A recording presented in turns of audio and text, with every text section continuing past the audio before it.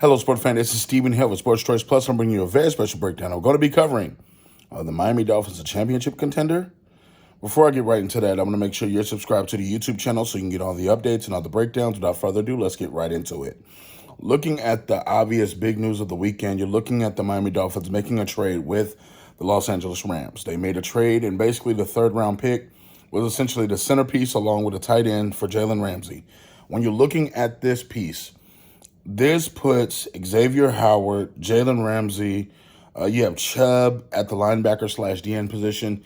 You're building a defense that has some type of cachet. You're building a defense that on paper looks good. It has to gel once they hit the field, but you have two premium corners.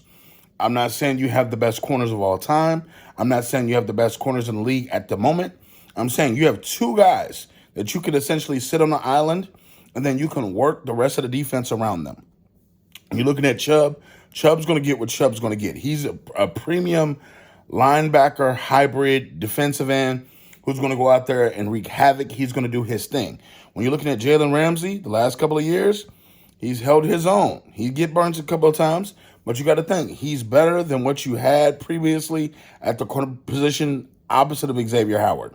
When you're looking at the Rams offense, when you're looking at the Rams defense was falling apart. They had pieces going left and right, injuries, certain things. So, yes, it looks bad sometimes when you see him get burnt on certain plays because the coverage over the top wasn't doing his job. But when you're looking directly here at Jalen Ramsey as it comes to a fit with the Dolphins, you're looking at a fast defense. You're looking at a defense that wants to make physicality its calling card.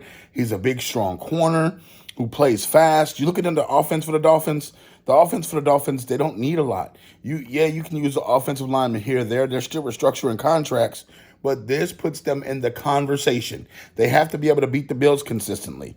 They have to be able to beat the Patriots consistently. These are things that they have to do if they want to take that next step. And then, there's this guy named Patrick Mahomes. There's a guy in Cincy.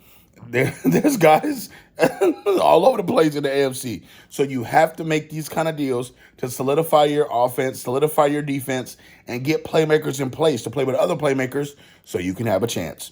Does this make them a championship team? Not at this moment. We got to see what they do in the rest of the draft. If I'm a Dolphins person inside there, I would go heavy on defense for this draft. This draft has a phenomenal group of young men that are talented on the defensive side of the ball.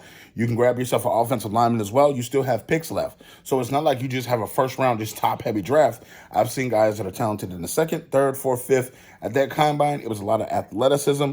It was a lot of speed and power.